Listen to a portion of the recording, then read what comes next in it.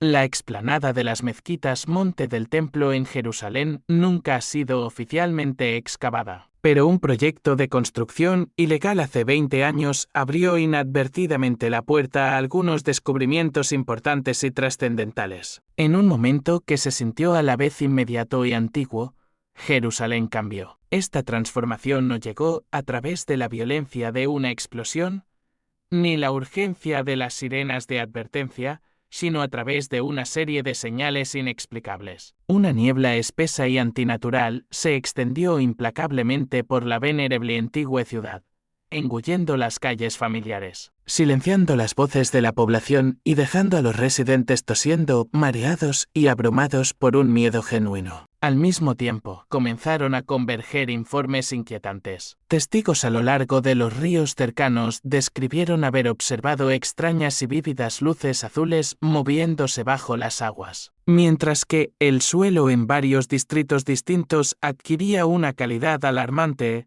Se sentía blando, inquietantemente elástico, creando una sensación como si la propia tierra bajo Jerusalén estuviera respirando activamente. Estos sucesos trascienden el mero rumor o la especulación no verificada. Fueron eventos distintos, registrados meticulosamente, compartidos rápidamente a través de múltiples canales y temidos casi simultáneamente por aquellos que los experimentaron. Si se encuentra viendo esta documentación ahora, tómese un momento para hacer una pausa, darle me gusta a este video y suscribirse para futuras actualizaciones. Si la convicción lo mueve, comente 777 a continuación, demostrando su creencia y sobre todo, permanezca vigilante. La aparición de la densa niebla negra fue sorprendentemente abrupta, llegando sin previo aviso. No se deslizó gradualmente, imitando el movimiento lento y predecible de los patrones climáticos ordinarios. En cambio, descendió de repente, cayendo del cielo para tragar inmediatamente las calles, oscurecer los tejados y envolver las antiguas estructuras de piedra en cuestión de minutos. La visibilidad colapsó casi instantáneamente, según numerosos testigos. Los edificios que estaban a solo unos metros de distancia desaparecieron por completo en la oscuridad envolvente. El tráfico se redujo inmediatamente a un avance agonizante.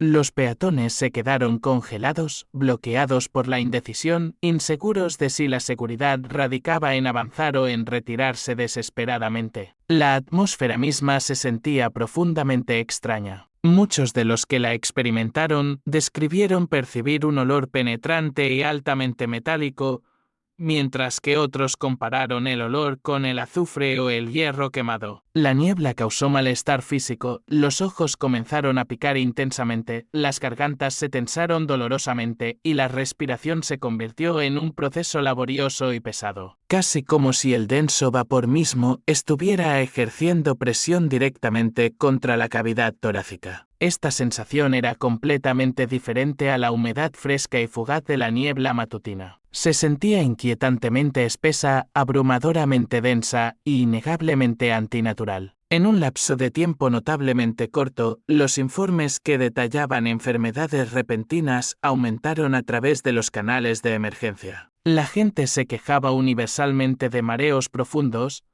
náuseas intensas, dolores de cabeza punzantes y dificultad respiratoria grave. Algunos quedaron completamente desorientados, luchando simplemente por mantenerse erguidos. Aunque las poblaciones más vulnerables se vieron afectadas inicialmente, adultos sanos en múltiples distritos urbanos pronto comenzaron a reportar los idénticos y preocupantes síntomas. Lo que más alarmó profundamente a las autoridades municipales fue el sorprendente patrón del brote. Las quejas clínicas eran casi idénticas, manifestándose casi simultáneamente en partes de la ciudad ampliamente separadas. Hospitales y clínicas se vieron abrumados, recibiendo oleadas de pacientes afectados. Las salas de emergencia notaron un hecho crítico: no había un único punto de exposición identificable. Ningún accidente industrial confirmado y ninguna liberación química verificable que pudiera explicar la crisis. Los profesionales médicos se encontraron tratando síntomas graves sin ninguna comprensión fundamental de la causa raíz. Se administró oxígeno ampliamente y se sellaron herméticamente las ventanas. Incluso el personal médico presente informó experimentar irritación en los ojos y los pulmones. Paradójicamente, los monitores de calidad del aire no registraron ningún pico claro en contaminantes que pudiera explicar adecuadamente la gravedad de las reacciones físicas generalizadas. La extraña niebla persistió mucho más tiempo de lo que permitían las predicciones meteorológicas. En lugar de disiparse rápidamente bajo la fuerza del viento o el calor de la luz solar,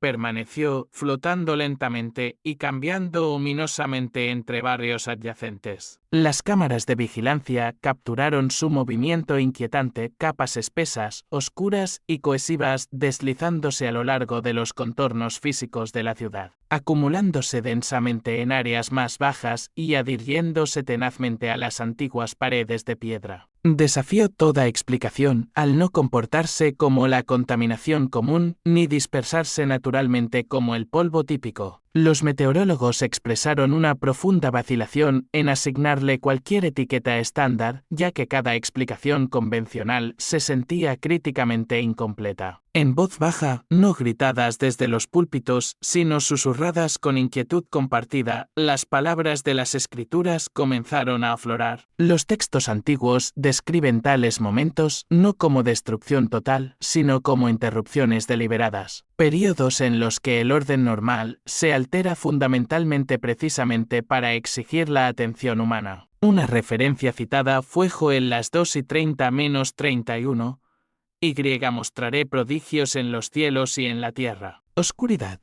Lo que intensificó la sensación de urgencia fue la aplastante ausencia de certeza. Ninguna autoridad pudo articular definitivamente qué era la niebla, rastrear su origen o predecir cuándo se disiparía por completo. Cada pregunta sin respuesta añadió un peso insoportable a la gravedad del momento. Históricamente, Jerusalén ha soportado innumerables tormentas, humo de conflictos y períodos de guerra. Sin embargo, esos eventos poseían causas que podían nombrarse y entenderse fácilmente. Este fenómeno no. Una ciudad construida sobre milenios de historia estratificada se encontraba envuelta en una oscuridad inexplicable, sus habitantes luchando simplemente por respirar, esperando una claridad que se negaba rotundamente a llegar. Y cuando la oscuridad desciende, sin una explicación convencional, fuerza una pregunta existencial que no se puede ignorar: ¿es este evento simplemente una anomalía natural rara y extrema? ¿O es una advertencia profunda de que algo fundamental bajo la superficie del mundo ha cambiado irrevocablemente? La oscuridad apenas se había levantado cuando un nuevo y omnipresente miedo comenzó su sutil propagación. Mientras los residentes salían tentativamente a las calles inmediatamente después de la niebla, muchos notaron algo fundamentalmente incorrecto bajo sus pies. Lo que se había sentido sólido e íntimamente familiar solo unas horas antes, ahora respondía de manera distinta, inquietante, a cada paso. La gente se detenía instintivamente, miraba el pavimento y luego volvía a pisar cautelosamente. El suelo no se fracturó ni colapsó catastróficamente. En cambio, cedió sutilmente, de manera inquietante, transmitiendo la sensación de estar parado sobre una superficie viva e irreactiva. Los informes inundaron la extensa ciudad. Calles, patios, aceras familiares e incluso espacios públicos abiertos se sentían esponjosos, claramente elásticos, casi amortiguados. Algunas personas intentaron describir la sensación como caminar sobre arena compactada que activamente empujaba hacia atrás contra la presión. Otros insistieron en que se sentía como tierra comprimida que rebotaba hacia arriba instantáneamente después de cada paso. Críticamente, esta extraña sensación no se limitó a un solo vecindario o distrito,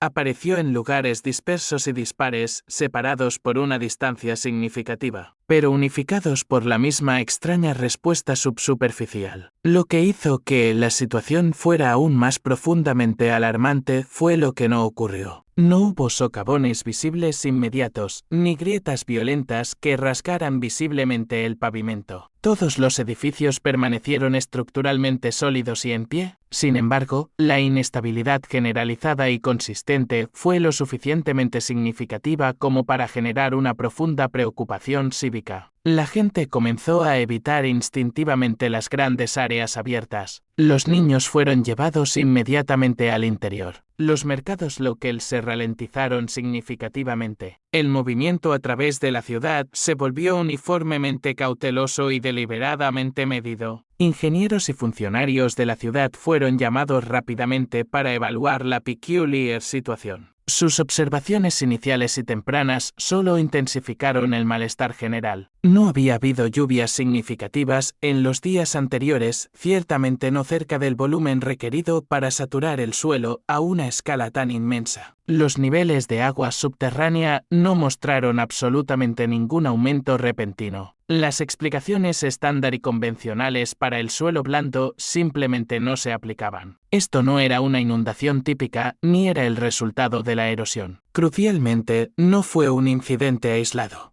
Los sensores colocados rápidamente en áreas clave comenzaron a detectar sutiles cambios subterráneos. Pequeños movimientos rítmicos en lugar de las sacudidas bruscas características de un verdadero terremoto. Estos micromovimientos poseían suficiente potencia para alterar fundamentalmente la tensión superficial sin iniciar un colapso estructural. Los datos sugirieron fuertemente cambios de presión que se originaban debajo de la superficie en lugar de condiciones atmosféricas superiores. En esencia, algo profundo bajo la antigua ciudad se estaba ajustando, redistribuyendo masa o respondiendo activamente. Toda esta idea inquietó profundamente a muchos. Jerusalén no está construida sobre una simple capa de lecho rocoso. Descansa precariamente sobre siglos de construcción enterrada, extensos sistemas de túneles, cámaras ocultas e innumerables estructuras antiguas. Sentir que la superficie misma se comportaba de manera diferente planteó una pregunta inquietante e ineludible: ¿estaba el suelo simplemente blando? ¿O estaba reaccionando activamente a un movimiento significativo que ocurría mucho más abajo? En las escrituras, la tierra es frecuentemente representada como respondiendo no al azar, sino con un propósito distinto. Cuando el suelo se mueve o se desplaza, a menudo se lo presenta como una señal,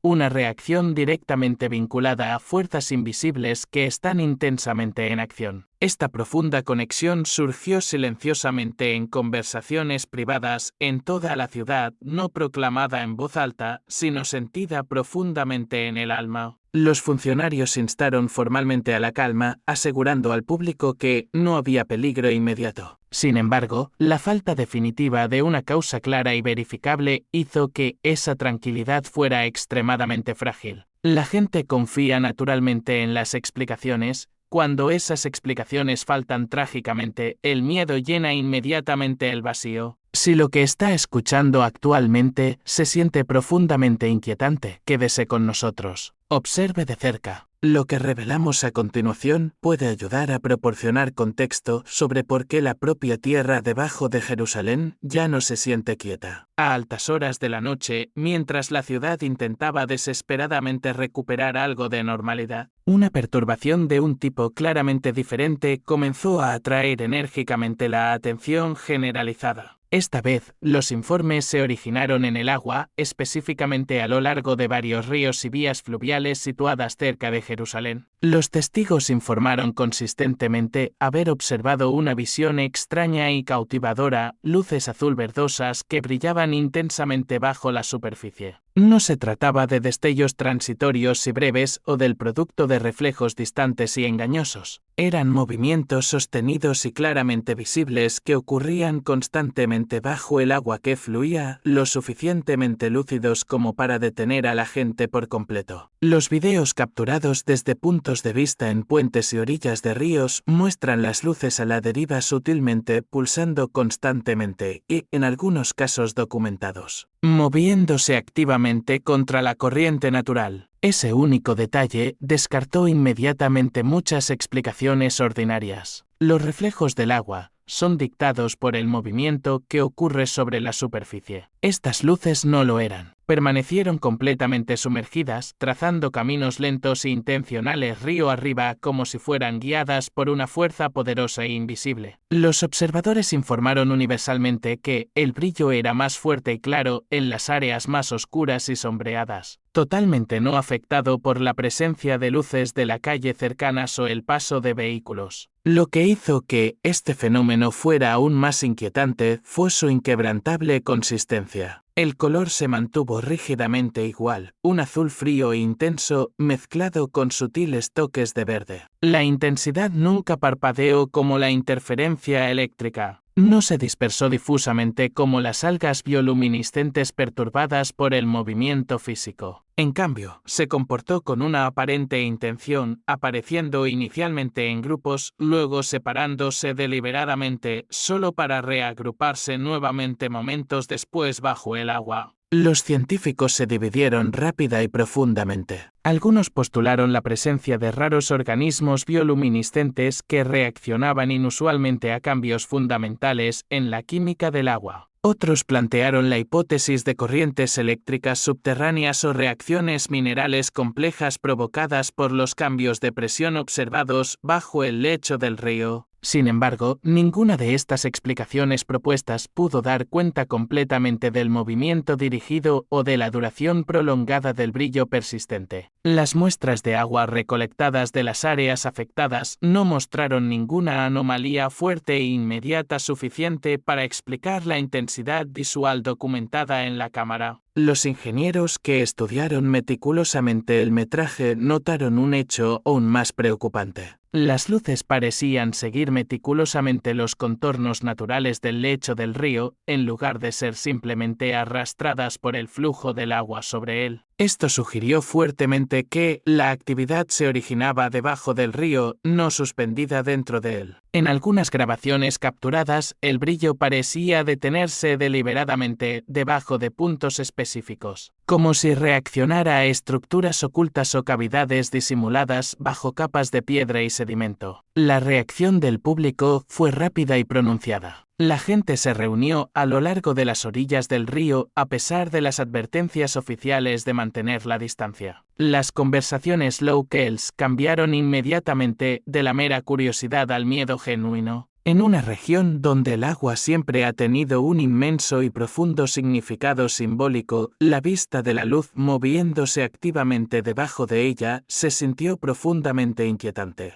Muchos describieron una sensación desconcertante de que el agua misma ya no era pasiva, que estaba revelando activamente algo que había estado oculto durante mucho tiempo. La antigua escritura a menudo presenta el agua no solo como una fuente que da vida, sino como un límite diseñado para ocultar misterios profundos hasta un momento divinamente designado. El versículo relevante, ya 28 minutos y 14 segundos, dice, el abismo dice, no está en mí, y el mar dice, no está conmigo. Si bien las autoridades evitaron estrictamente utilizar el lenguaje religioso en sus declaraciones, el público ciertamente no lo hizo. Se ofrecieron oraciones silenciosas. Los teléfonos grabaron continuamente. La gente hacía la misma pregunta apremiante repetidamente: ¿por qué ahora? No se ha confirmado de manera concluyente ninguna explicación oficial. Cada teoría en desarrollo sigue siendo parcial, excesivamente cautelosa e incompleta. Los científicos están de acuerdo en un solo punto absoluto: este fenómeno no es común ni está bien documentado dentro de esta región geográfica. Hasta que se pueda completar un análisis extenso adicional,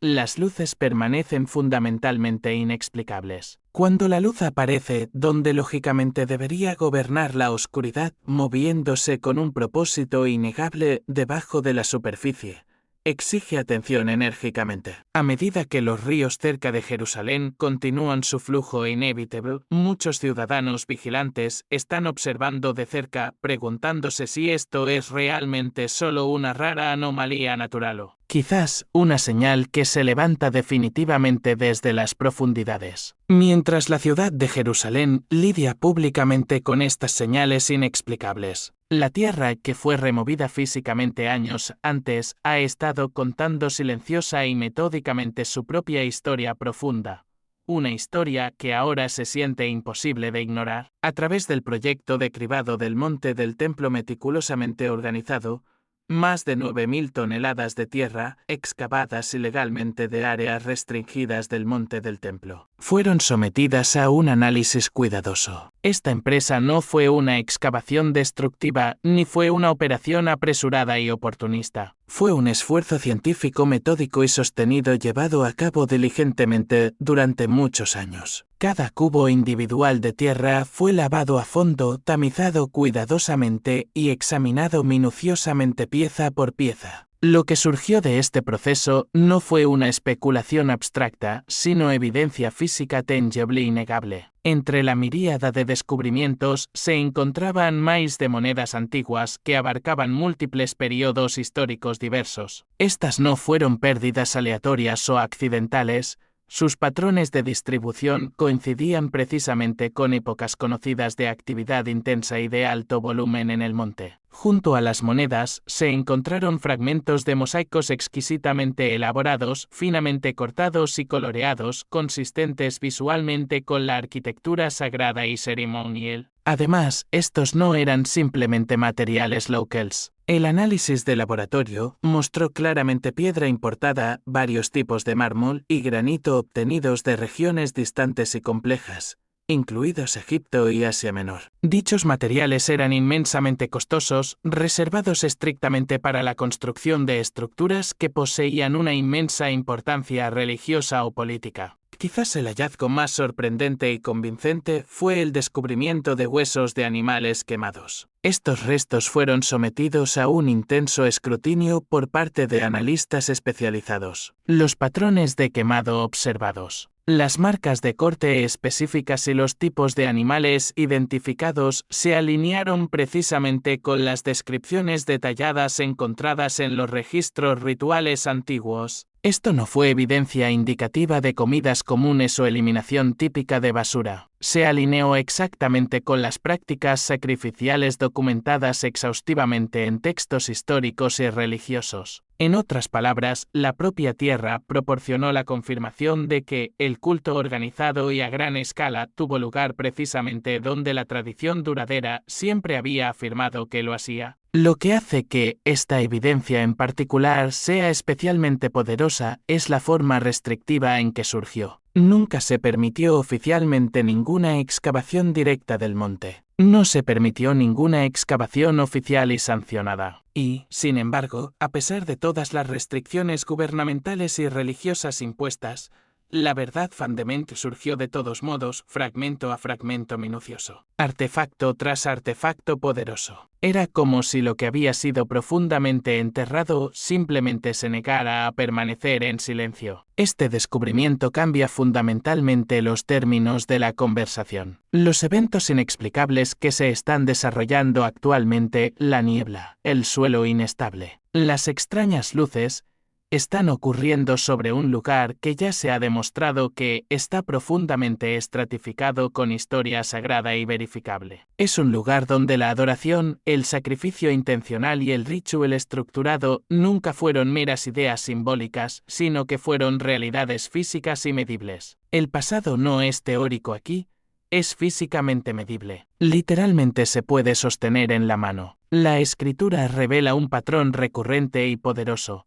Cuando los elementos fundamentales son perturbados, el testimonio inevitablemente se levanta. Lo que estaba oculto comienza a aflorar enérgicamente. Lo que fue olvidado exige reconocimiento implacablemente. La tierra debajo del monte del templo no discute puntos teológicos ni interpreta textos complejos. Simplemente presenta hechos verificables. Y esos hechos se alinean precisamente con los registros escritos hace más de años. Si este peso de la evidencia lo hace detenerse, tómese un momento ahora, de me gusta a este video, comente a continuación qué significado profundo cree que tiene toda esta convergencia. Suscríbase al canal y manténgase conectado con nosotros. Lo que presentamos a continuación conecta críticamente el pasado antiguo con la serie de signos inquietantes que aparecen en el presente. Porque cuando el suelo habla y la historia responde poderosamente, plantea una pregunta mucho más grande que la mera arqueología: ¿por qué se revela esta verdad ahora? Comenzó sin el aviso de un trueno, sin ninguna notificación avanzada y sin explicación. La lluvia comenzó a caer en varios distritos de Jerusalén, pero no estaba clara. Era sorprendentemente, inquietantemente roja. Gotas gruesas y pesadas golpearon la piedra antigua, las superficies de vidrio y el pavimento, dejando instantáneamente manchas carmesí oscuras que se extendieron rápidamente a medida que continuaba el aguacero. La gente se congeló exactamente donde estaba. Algunos reaccionaron corriendo en busca de una cobertura desesperada. Otros simplemente miraron hacia arriba con incredulidad colectiva mientras el cielo liberaba una sustancia que se parecía inquietantemente a la sangre. En solo unos minutos, las calles quedaron marcadas gráficamente con largas y vívidas rayas rojas. Los vehículos estacionados a lo largo de las carreteras estaban completamente salpicados. Las antiguas paredes de piedra absorbieron el color, haciéndolo destacar con una intensidad impactante y visceral. La lluvia no cayó ligeramente,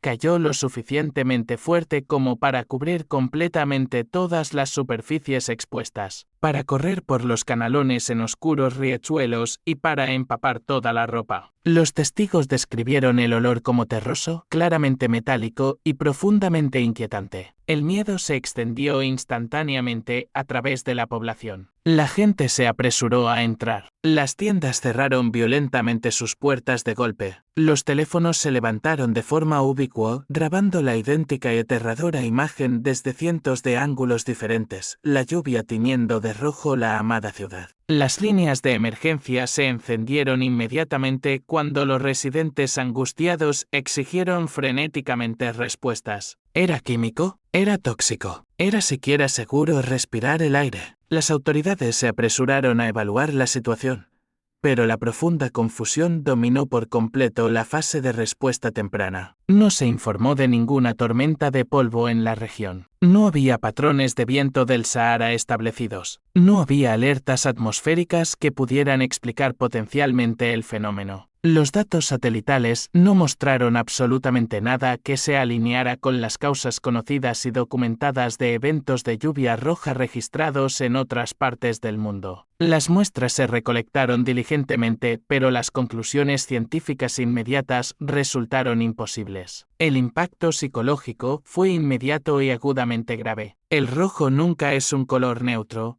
Instantáneamente señala peligro, lesión y muerte. Verlo caer vívidamente del cielo provocó pánico masivo en una escala rara vez presenciada. Muchos describieron una repentina y abrumadora sensación de pavor, como si la propia ciudad hubiera sido marcada divinamente. Incluso aquellos que intentaban mantener la calma exterior admitieron que la experiencia visual por sí sola era suficiente para sacudir profundamente su compostura. La escritura enmarca momentos como este como señales colocadas a propósito en la tierra, advertencias diseñadas para interrumpir el orden natural y exigir atención enérgicamente. Joel las 2:30 dice: «Y mostraré prodigios en los cielos y en la tierra, sangre, fuego y columnas de humo». La imagen resultante fue imposible de ignorar, haciéndose eco de uno de los juicios registrados más antiguos de la historia. Cuando las aguas del Nilo se convirtieron en sangre durante la época de Moisés, una poderosa señal que precedió a la confrontación directa, la exposición inevitable y el cambio irreversible.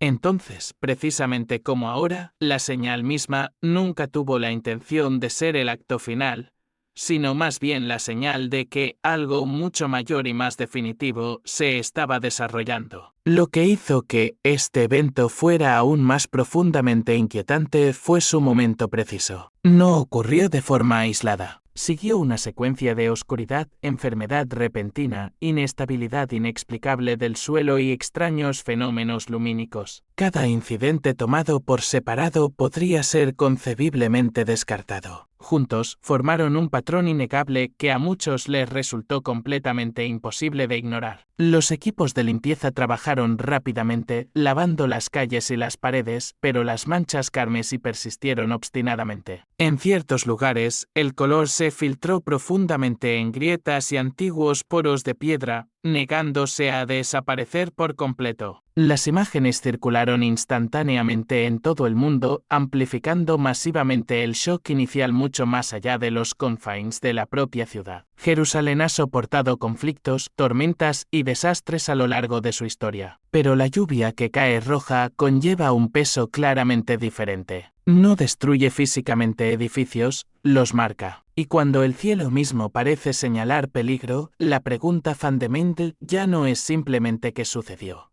sino contra qué evento profundo se está advirtiendo. Mientras las calles manchadas de rojo aún se estaban fregando y las preguntas fundamentales sobre la lluvia color sangre seguían sin respuesta, el cielo directamente sobre Jerusalén comenzó a cambiar una vez más. Esta vez, la advertencia no cayó desde arriba. Rodó poderosamente hacia la ciudad. Los testigos miraron hacia arriba y contemplaron una formación masiva y colosal que se extendía por todo el horizonte. Una nube gigante y rodante diferente a todo lo que la mayoría había visto anteriormente. La nube se presentó como una masa cilíndrica inmensamente larga, suspendida notablemente baja en el cielo, girando lentamente a lo largo de su eje horizontal. Parecía menos un sistema de tormentas convencional y más una ola colosal, una enorme marea horizontal congelada momentáneamente en el aire. Sus bordes estaban muy definidos y su movimiento parecía deliberado y controlado. Las cámaras capturaron exactamente la misma imagen desde partes muy diferentes de la ciudad, confirmando su escala monumental. Definitivamente, esta no era una nube local,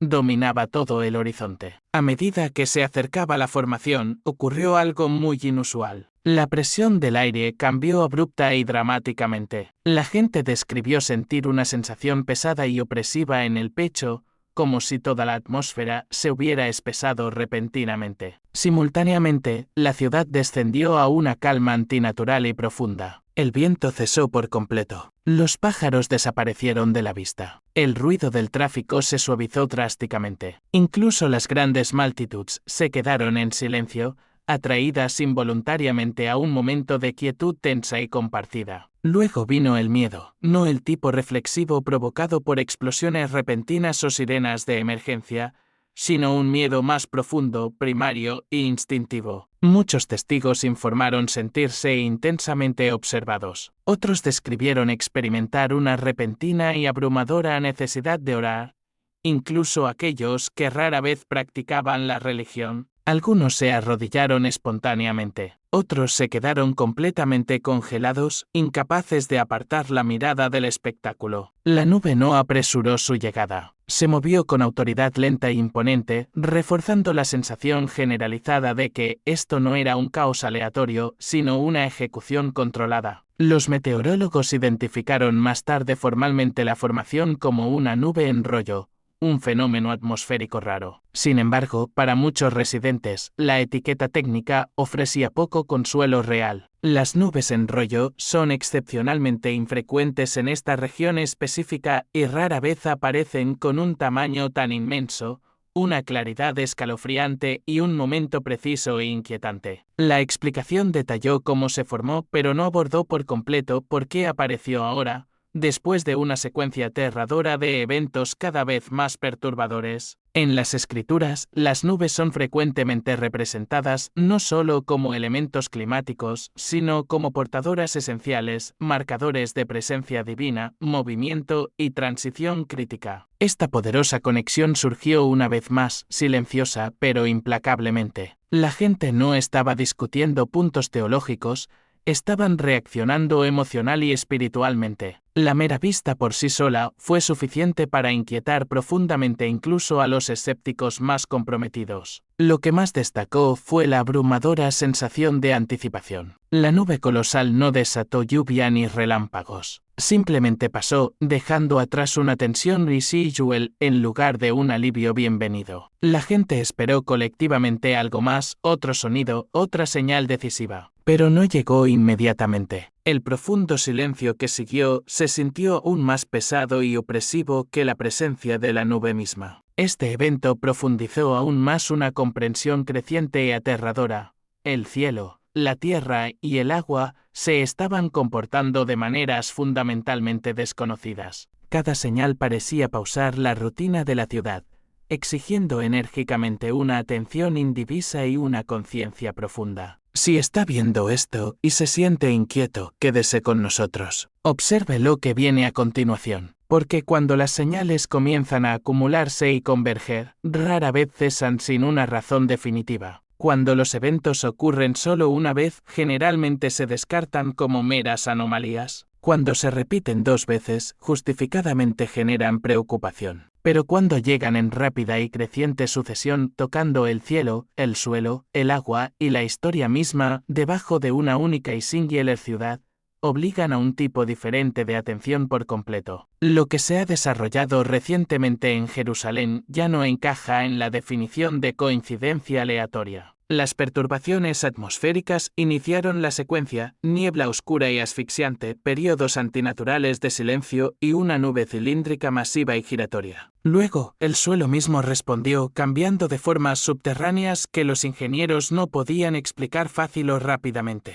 El agua siguió inmediatamente, revelando una luz inexplicable donde solo debería haber existido la oscuridad natural. La historia entró decisivamente en la secuencia cuando el suelo antiguo y tamizado arrojó evidencia innegable de actividad ritual, registrada durante mucho tiempo en textos pero disputada durante mucho tiempo por los críticos. Finalmente, el cielo marcó toda la ciudad una vez más con la ominosa lluvia roja. Cada evento aislado pertenecía a una categoría científica separada. Juntos constituyeron una poderosa convergencia. Lo más sorprendente es la intensa agrupación. Estos incidentes no se desarrollaron tranquilamente durante años o décadas. Ocurrieron dentro de una ventana de tiempo comprimida y corta. Además, no se dispersaron aleatoriamente en una vasta región geográfica. Se centraron explícitamente alrededor de Jerusalén, irradiando temporalmente hacia afuera, pero regresando implacablemente una y otra vez al mismo punto focal exacto. Estadísticamente, esta alineación precisa por sí sola desafía profundamente la noción de casualidad. Los funcionarios también notaron este patrón y comenzaron a elegir sus palabras públicas con extremo cuidado. Las declaraciones públicas se volvieron rápidamente vagas y evasivas. Las sesiones informativas de prensa se centraron rígidamente en el monitoreo, la evaluación y la investigación, mientras evitaban activamente cualquier conclusión definitiva. Investigadores especialistas fueron traídos silenciosamente, a puerta cerrada. Algunos datos se compartieron públicamente, pero porciones significativas fueron claramente retenidas. El tono general cambió sutilmente de un intento de tranquilización a una contención cautelosa y defensiva. El silencio, en momentos como estos, dice mucho. A puerta cerrada, los expertos debatieron furiosamente si estos eventos estaban realmente conectados o simplemente estaban siendo percibidos como tales por un público cada vez más ansioso. Pero la percepción misma se convirtió rápidamente en parte del problema central. La ansiedad se extendió porque la gente sintió instintivamente orden e intencionalidad donde lógicamente solo debería existir el azar. Los seres humanos son, por naturaleza, criaturas que reconocen patrones. Pero no todos los patrones reconocidos son meramente imaginados. Algunos se anuncian enérgicamente a través de una repetición inconfundible. El comportamiento público reflejó este cambio crítico. Las rutinas normales flaquearon dramáticamente. Las conversaciones se acortaron notablemente, llevando un peso emocional más pesado. Los sitios religiosos comenzaron a llenarse inesperadamente en horas inusuales. Por el contrario, otros evitaron activamente las multitudes por completo. La gente observaba instintivamente el cielo mucho más a menudo de lo que miraban sus teléfonos personales. Cuando el miedo se profundiza, no siempre es ruidoso o caótico,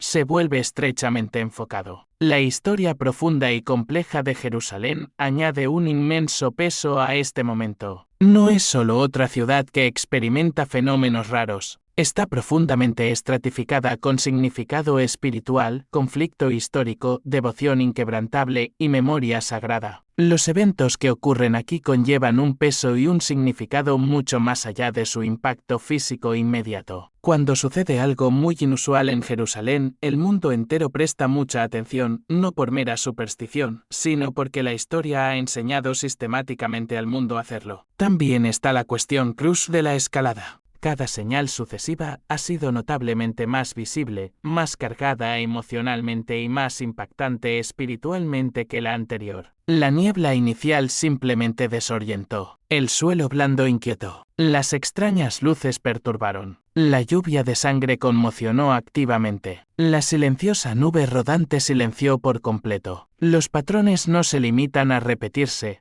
se construyen activamente hacia un clímax. En esta etapa avanzada, la pregunta ya no es si cada evento se puede explicar con éxito individualmente. Los científicos pueden eventualmente formular respuestas parciales para todos ellos. La pregunta más profunda y absorbente es fundamentalmente por qué están sucediendo todos juntos, en este momento preciso y específicamente aquí. Cuando las señales se alinean perfectamente en múltiples disciplinas atmosféricas, geológicas, históricas, dejan de ser puntos de datos aislados. Se convierten en una señal unificada, y las señales, por su propia naturaleza, exigen una interpretación profunda. Jerusalén no es simplemente otra ciudad en un mapa. Nunca lo ha sido. Durante miles de años, se ha mantenido resueltamente en la encrucijada crítica de la fe, la historia y el conflicto. Ha sido observada intensamente, disputada ferozmente, orada universalmente y escrita sobre ella más extensamente que casi cualquier otro lugar en la Tierra. Lo que ocurre aquí nunca se ve de forma aislada. Cada evento significativo conlleva un peso espiritual masivo que excede con creces sus límites físicos inmediatos. Ese hecho singular es precisamente la razón por la que la reciente constelación de Cygnus ha tocado una fibra tan profundamente profunda en todo el mundo. Niebla que asfixia, suelo que se desplaza activamente, luces que se mueven bajo el agua, lluvia color sangre. Una nube cilíndrica silenciosa y autoritaria, estos no son meramente fenómenos inusuales que ocurren en algún lugar. Se están desarrollando en una ciudad considerada durante mucho tiempo a nivel mundial como un centro espiritual. Un punto focal crucial donde se cree universalmente que el cielo y la tierra se cruzan intencionalmente. El contexto importa inmensamente y la ubicación importa fundamentalmente. Sin embargo, es vital comprender la naturaleza inherente de estas señales. No apuntan aleatoriamente hacia el caos por el caos mismo. No exigen pánico generalizado o miedo imprudente e infundado. En cambio, exigen una mayor conciencia. A lo largo de la escritura, las advertencias divinas nunca se emiten para destruir a los vigilantes.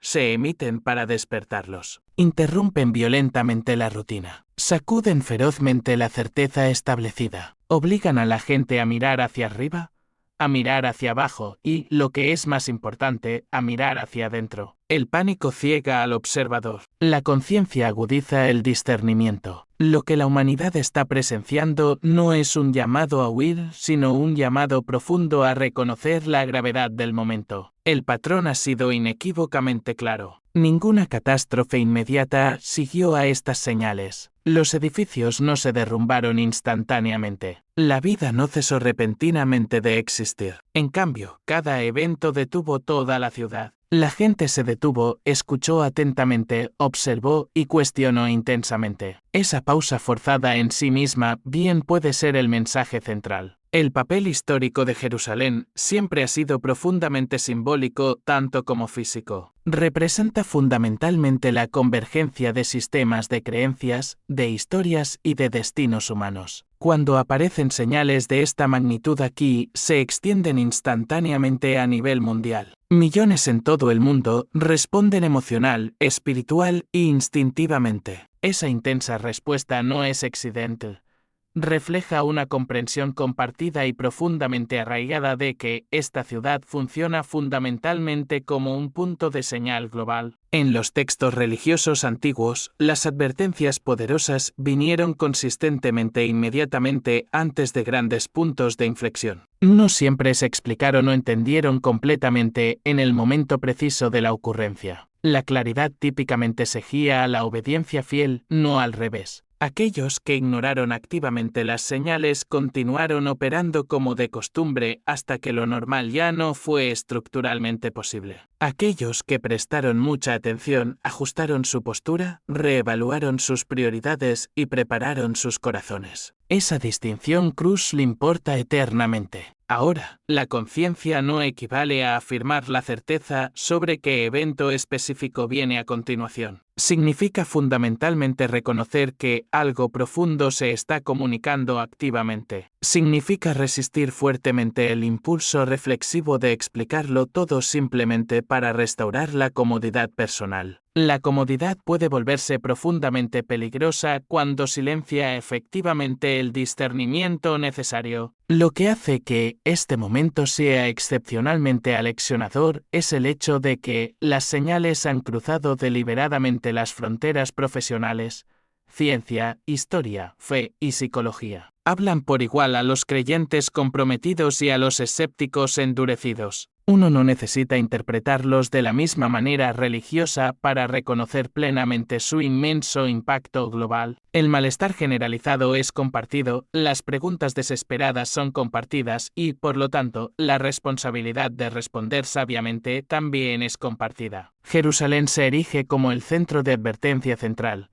No porque exija un miedo paralizante, sino precisamente porque exige una atención indivisa. Las señales no gritan violentamente destrucción, susurran urgencia. Si todavía está mirando, tómese un momento ahora, de me gusta a este video, comente lo que personalmente cree que significan realmente estas señales. Suscríbase al canal y manténgase conectado con nosotros. Gracias por mirar hasta el final, por pensar profundamente en estos asuntos y por elegir activamente la conciencia sobre la indiferencia. Porque cuando aparecen advertencias fundamentales, la pregunta más importante no es qué terrible evento sucederá a continuación, sino cómo responderemos ahora. La gente levantó sus teléfonos, grabando lo que parecía imposible. En cuestión de horas, los videos inundaron Internet, vistos por millones en todo el mundo. Las agencias de noticias lo llamaron la espiral de Sukkot. Algunos dijeron que se parecía a la columna de fuego descrita en el Éxodo. Otros lo compararon con la aurora boreal, aunque nunca se había visto un fenómeno de este tipo tan al sur. Los científicos lo etiquetaron como un efecto atmosférico, quizás el reflejo de partículas solares o la liberación de gases en la atmósfera superior, pero sus datos no pudieron confirmarlo. Los instrumentos no registraron radiación, calor ni actividad magnética. La luz no dejó rastro, ningún residuo medible, como si existiera solo para ser vista. Un astrónomo admitió en voz baja, apareció de la nada y volvió a la nada. Para los creyentes, el significado fue inmediato. Lucas las 21:25 declara, habrá señales en el sol, la luna y las estrellas, y en la tierra angustia de las naciones. La luz sobre Jerusalén no fue un accidente. Fue un recordatorio, una antorcha celestial reavivada en la misma temporada en que Dios ordenó a su pueblo regocijarse en su morada entre ellos. Fue tanto consuelo como advertencia. El cielo todavía está mirando, y el tiempo no se detiene. Esa noche, Jerusalén se sintió como el centro del universo. Cada pared, cada oración, cada cántico bajo esa espiral ardiente llevaba el peso de la profecía. El mismo cielo que una vez llevó la estrella de Belén ahora ardía de nuevo con luz como si hiciera eco de la antigua promesa. Él vendrá de nuevo en gloria. Los cielos se han abierto y la ciudad santa se encuentra una vez más en el corazón tanto de la promesa como del juicio. Y a medida que la luz se desvanecía en la oscuridad, una verdad permanecía. Jerusalén no ha sido olvidada. El cielo todavía habla sobre ella. Mientras la luz se desvanecía del cielo, la tierra respondió en silencio. Debajo de Jerusalén, el valle de Hinón comenzó a hablar de nuevo. En el corazón de Jerusalén, justo más allá de las murallas del sur de la ciudad vieja, se encuentra el valle de Hinón, un lugar una vez temido, una vez olvidado. Durante siglos fue conocido como Tierra Maldita, el valle donde los antiguos reyes sacrificaban a los ídolos y donde los profetas lloraban por la rebelión de Israel. Pocos se aventuraban allí después del anochecer. Sin embargo, en las últimas semanas, el valle se agitó de nuevo. Un equipo de arqueólogos que cavaba cerca de una ladera recién expuesta descubrió objetos que ningún registro había descrito, un descubrimiento que sacudió tanto a la ciencia como a la fe. Dentro de las capas de tierra roja encontraron vasijas de aceite selladas con cera, sus superficies grabadas con símbolos que se asemejan a las marcas sacerdotales de la era del primer templo. Cerca yacían 2 espadas oxidadas, sus hojas fusionadas a la piedra, y entre ellas un pequeño cofre de madera de olivo conservado mucho más allá de su tiempo. Cuando la tapa se levantó suavemente, reveló tabletas de bronce grabadas con la antigua escritura hebrea, palabras que los eruditos reconocieron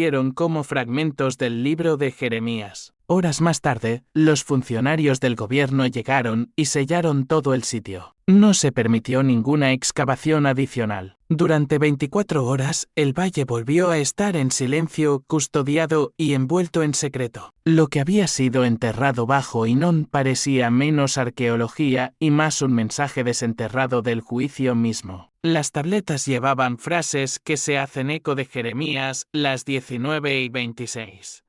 Este es el lugar donde haré cesar la risa porque mi pueblo se ha rebelado contra mí. Era como si el valle hubiera abierto la boca, después de milenios, para repetir las palabras que una vez lo condenaron. Los expertos argumentaron que los artefactos eran reliquias de rituales, remanentes de una época en que Israel se desvió del pacto. Sin embargo, los creyentes vieron algo más grande, un recordatorio divino que emergía del suelo, una advertencia extraída de la tierra misma. El valle que una vez presenció el pecado y el dolor, ahora estaba testificando, hablando de nuevo en el lenguaje de la piedra y la escritura. Para los profetas, Hinón simbolizaba la consecuencia de la rebelión, un lugar donde el fuego purifica lo que la corrupción ha reclamado. Que el suelo haya entregado su testimonio oculto ahora, en esta generación, se siente más que una coincidencia. Se siente profético. El pasado se está levantando, no para acusar, sino para despertar. El mensaje debajo del polvo es claro. Lo que fue maldecido no ha sido olvidado. El mismo Dios que juzgó una vez todavía llama a su pueblo al arrepentimiento. Y la misma tierra que dio testimonio del pecado ahora da testimonio de la misericordia. Desde las profundidades de Hinón, la historia misma susurra, ha llegado el momento de volver.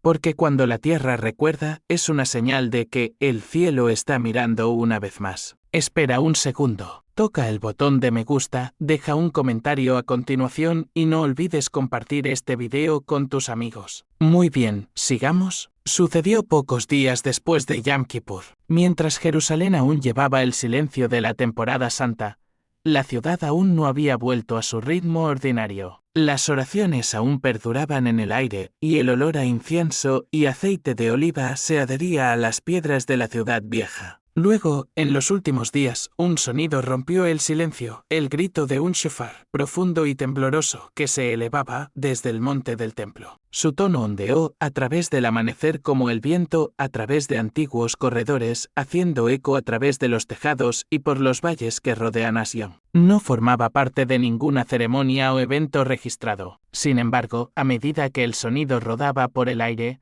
miles se detuvieron con reverencia. Los fieles cerca del muro occidental cayeron de rodillas, algunos con lágrimas corriendo por sus rostros. Otros levantaron las manos, incapaces de hablar, solo escuchando el llamado inquietante que se sentía a la vez antiguo y vivo. Por primera vez en más de 2000 años, la trompeta del templo había sonado de nuevo, despertando algo que permaneció en silencio durante siglos de exilio. Autoridades y eruditos religiosos quedaron atónitos. No se podía ver a ningún músico, ni se encontraba ningún equipo. Los científicos lo llamaron una anomalía de resonancia, el eco natural del viento contra la piedra. Pero su explicación se desvaneció bajo el peso del momento. Las grabadoras de sonido captaron el tono, pero no su fuente. Era una voz sin origen, un grito que parecía moverse con intención. Para muchos, el significado era claro. Isaías 27 minutos y 13 segundos profetizó: en aquel día se tocará una gran trompeta, y vendrán los que se habían perdido, y adorarán al Señor en el Monte Santo. El llamado del shofar no era solo para Israel, era un sonido destinado al mundo. Era un recordatorio de que el pacto de Dios sigue en pie y su voz todavía llega de piedra a cielo. El aire sobre Jerusalén tembló con esa verdad. La nota del shofar no era meramente música. Era un mensaje, una alarma espiritual que despierta tanto el corazón como la nación,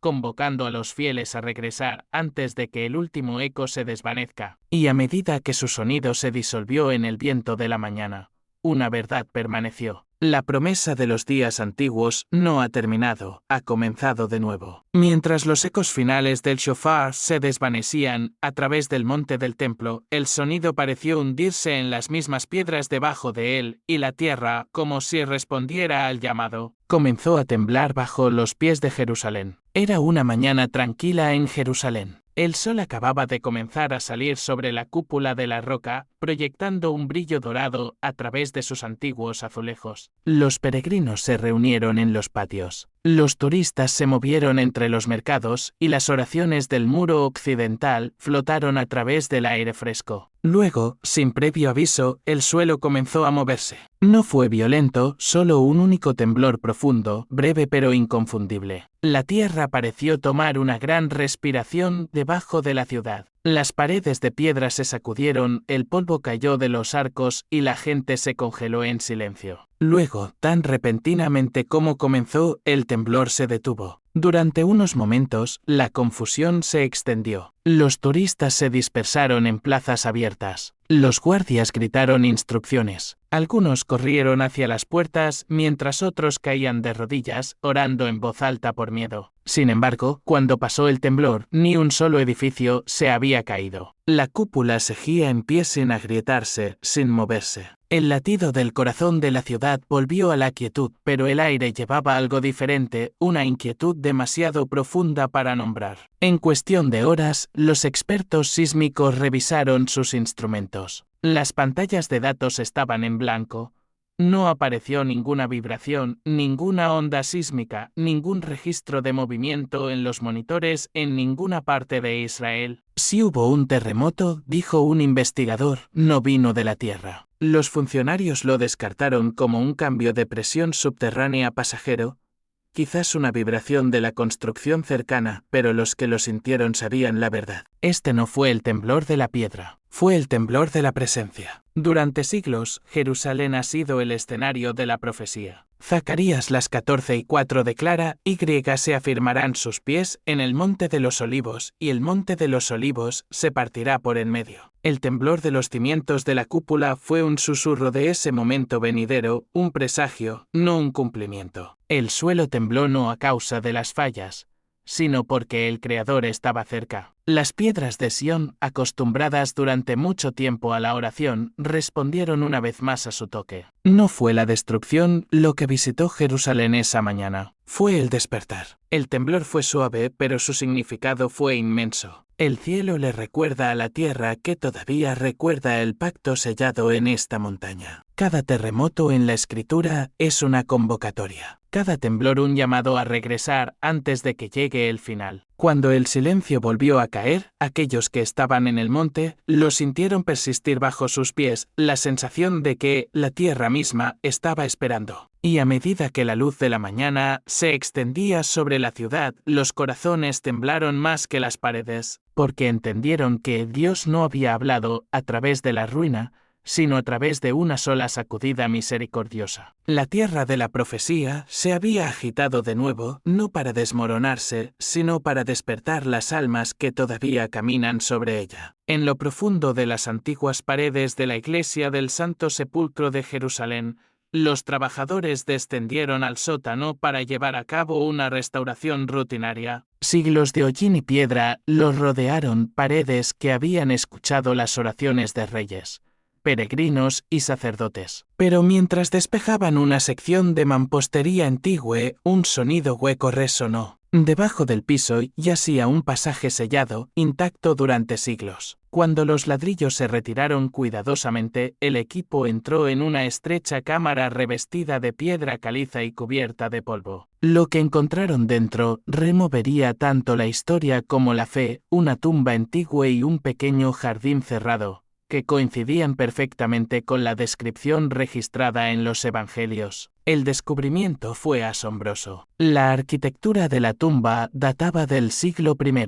Su entrada marcada por una ranura de piedra rodante, sus paredes lisas y sin adornos. Junto a ella, los arqueólogos encontraron restos de un canal de riego, evidencia de un jardín una vez cultivado dentro del corazón de la ciudad. Un fragmento de un frasco de aceite de unción yacía cerca de la losa de piedra, con la tapa aún sellada. En una pared, débiles tallas formaban la imagen de una cruz dentro de un círculo, un símbolo de victoria sobre la muerte. En cuestión de horas, la noticia llegó a las autoridades eclesiásticas. El área fue sellada discretamente. El Vaticano solicitó discreción. Los documentos y fotografías se colocaron bajo clasificación para su posterior estudio. Los eruditos que habían vislumbrado el sitio lo describieron como una abrumadora confirmación de la narrativa del Evangelio. No siguió ninguna declaración pública, pero los susurros se extendieron entre los que trabajaban allí. El jardín todavía vive.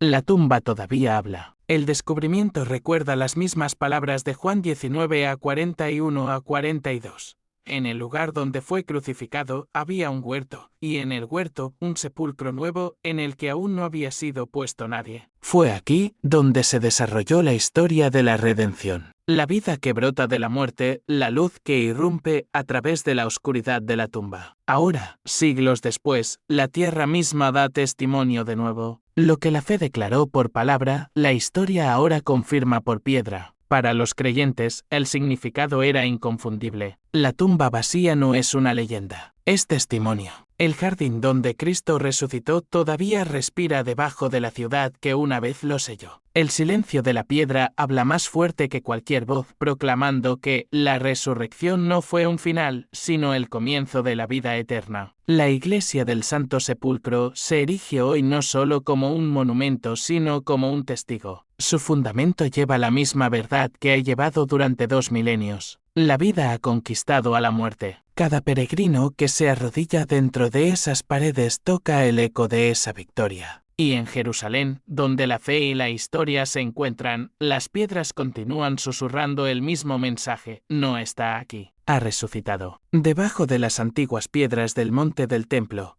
los rumores han comenzado a extenderse, silenciosos al principio, luego haciendo eco a través de Jerusalén como el zumbido de algo que despierta. Los arqueólogos que trabajan cerca del muro de contención oriental informaron del descubrimiento de una bóveda sellada. Su entrada bloqueada por enormes losas de piedra caliza e inscripciones tan desgastadas que apenas se podían leer. Los sensores detectaron espacio hueco dentro, más grande que cualquier túnel o sistema conocido debajo del monte. La noticia se extendió rápidamente. La bóveda podría contener antiguos cofres de piedra y tabletas diferentes a todo lo documentado. Pero antes de que el equipo pudiera continuar, el sitio fue cerrado abruptamente, los permisos revocados, el acceso denegado, los guardias estacionados alrededor del área sin explicación. Lo que se esconde detrás de esas piedras selladas sigue siendo un misterio. Sin embargo, los susurros se vuelven más audaces de que debajo de la montaña donde una vez estuvo el primer templo, descansa la reliquia más sagrada de todas, el Arca de la Alianza. Durante siglos, su ubicación ha sido el mayor misterio sin resolver de la fe. Algunos creyeron que fue llevada a Etiopía, otros que fue escondida por el profeta Jeremías antes de la invasión babilónica. Pero Apocalipsis habla de manera diferente. Apocalipsis las 11:19 declara: entonces el templo de Dios fue abierto en el cielo, y el arca de su pacto se vio en su templo. La visión conecta la tierra con el cielo,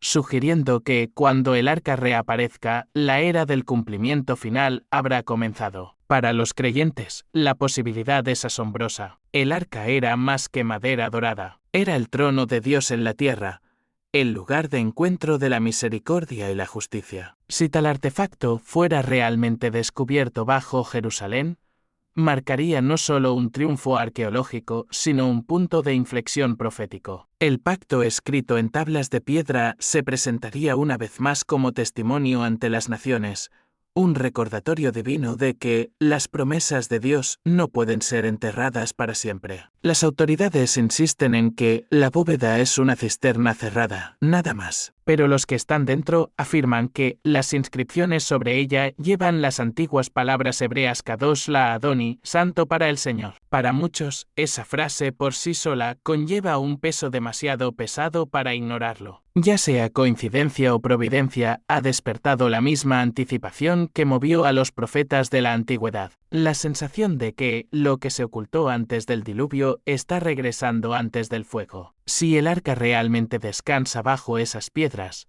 entonces la historia se acerca al final de su círculo. El pacto, una vez custodiado por ángeles, pronto podría revelarse a un mundo que ha olvidado a su creador. Y cuando llegue ese momento, Jerusalén no será meramente una ciudad. Se convertirá en el lugar de encuentro entre el cielo y la tierra una vez más. Hasta entonces, la cámara permanece sellada y el misterio duerme. Pero los susurros continúan surgiendo por las calles de la ciudad vieja. El arca está cerca, y si eso es cierto, también lo está la venida del rey que una vez habitó sobre ella. Sucedió en silencio, casi desapercibido, en las primeras horas antes del amanecer. La puerta oriental de Jerusalén, también conocida como la Puerta Dorada, se alzaba como lo ha hecho durante siglos.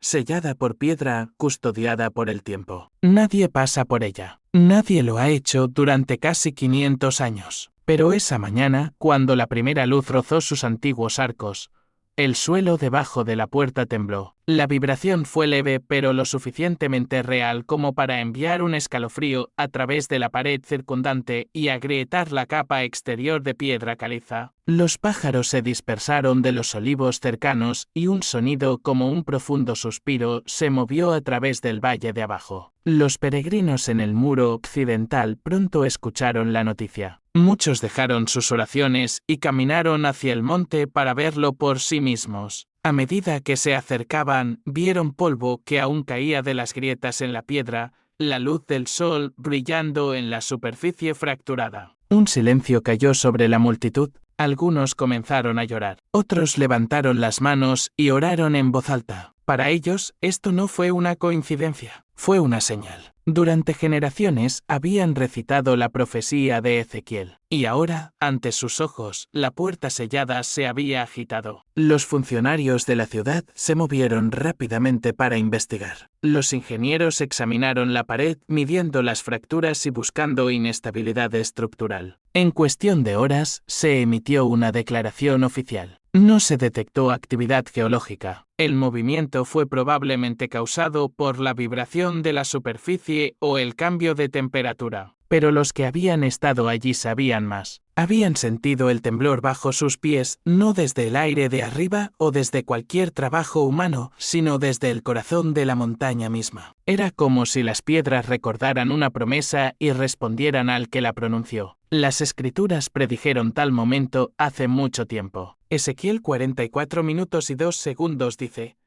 Esta puerta estará cerrada. No se abrirá ni entrará nadie por ella, porque el Señor, el Dios de Israel, ha entrado por ella.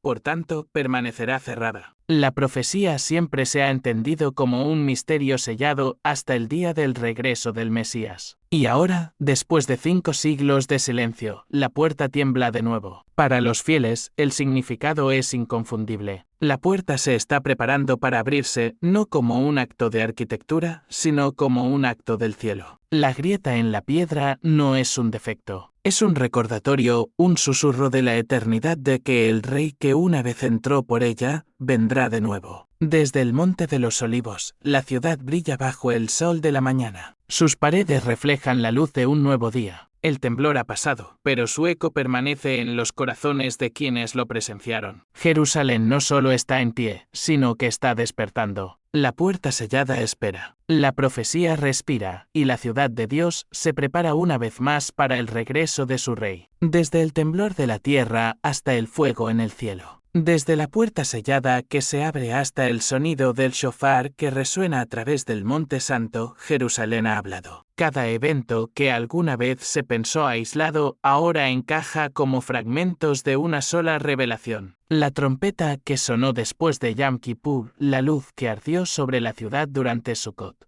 El terremoto que sacudió la cúpula de la roca sin previo aviso. Los descubrimientos desenterrados en el valle de Hinón y debajo de la iglesia del Santo Sepulcro. El arca rumoreada debajo del monte del templo y la puerta oriental temblando por primera vez en 5 siglos. Todas son piezas del mismo mosaico profético. Juntos forman un coro que se eleva desde el cielo y la tierra, declarando que la hora predicha por las Escrituras se acerca. La creación misma parece estar hablando en el lenguaje de las señales. Los cielos se iluminan con luz inusual, el suelo se agita y las piedras entregan lo que una vez escondieron. Como si estuvieran de acuerdo, los elementos del mundo dan testimonio: aire, fuego, agua y tierra, cada uno respondiendo al otro en ritmo. Los profetas llamaron a esta convergencia el gemido de la creación, y el apóstol Pablo escribió sobre ello en Romanos, las 8:22.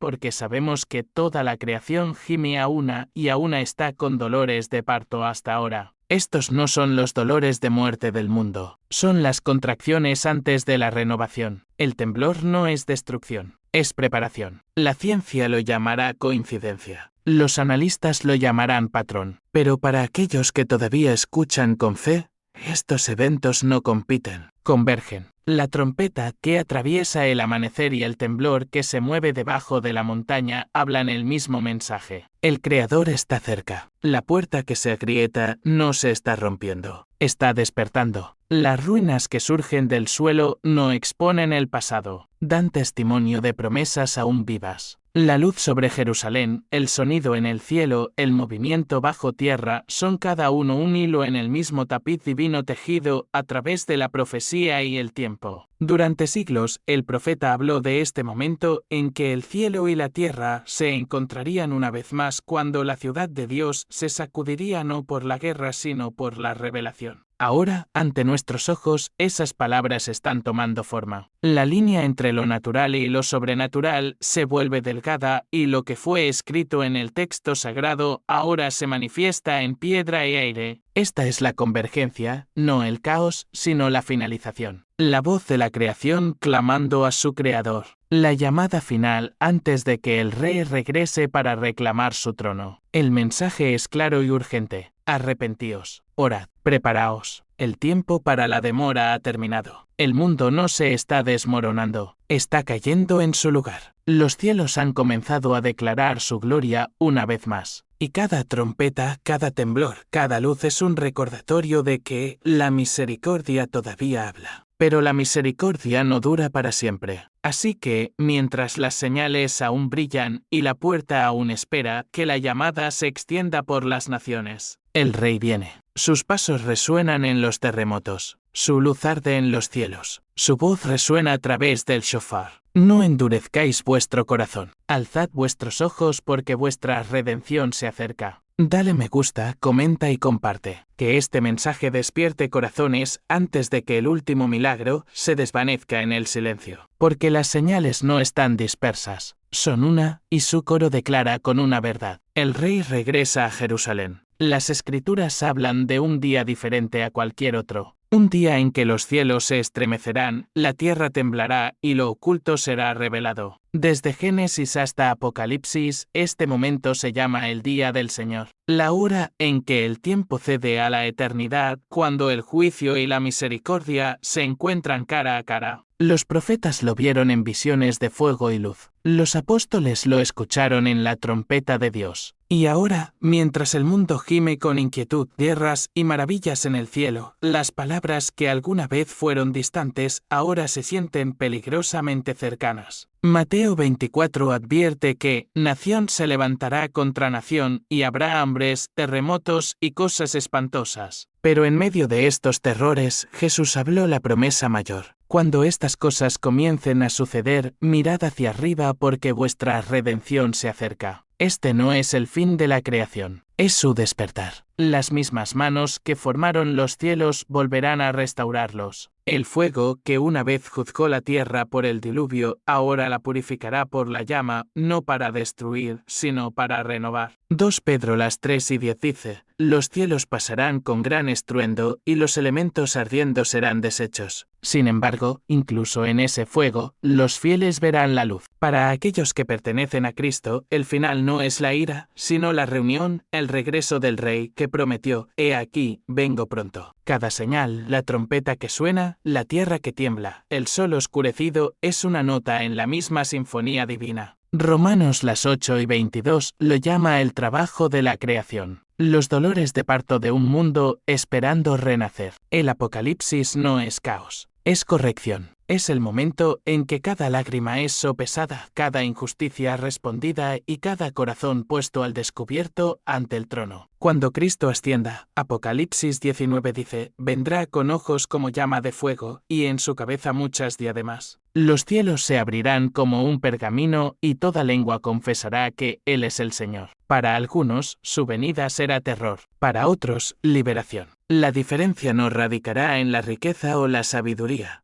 sino en una simple verdad. ¿Lo conocimos? El amanecer final no esperará para siempre. Las señales ya están escritas en el cielo y se hacen eco en el temblor de la tierra. El reloj de la profecía está casi quieto, pero la gracia permanece abierta, su puerta ancha, hasta que la trompeta suene una vez más. Así que los orgullosos tiemblen y que los fieles se regocijen. El Rey viene, no como un niño en un pesebre, sino como el Señor de la gloria sobre las nubes. El día del Señor se acerca, y con él el fin del miedo, el comienzo del para siempre. La ubicación donde se sabía que el Arca de la Alianza había estado almacenada en Israel durante 2 décadas está a punto de ser excavada. Durante siglos, el Arca de la Alianza ha cautivado a la humanidad envuelta en misterio y creída que alberga los 10 mandamientos como símbolo de la presencia de Dios. Ocultos durante miles de años, sus secretos parecen perdidos para siempre. Sin embargo, recientemente han surgido noticias innovadoras. Los científicos finalmente han abierto el Arca de la Alianza. Lo que descubrieron dentro es nada menos que asombroso. Entonces, ¿qué secretos asombrosos se han descubierto dentro del artefacto sagrado? Únase a nosotros mientras desvelamos la verdad detrás de este evento extraordinario y exploramos los secretos que han estado sellados durante milenios. Durante generaciones, el Arca de la Alianza se ha erigido como un poderoso símbolo de la presencia de Dios en el pueblo de Israel. Su misteriosa desaparición del templo en Jerusalén ha dejado un profundo vacío en la historia,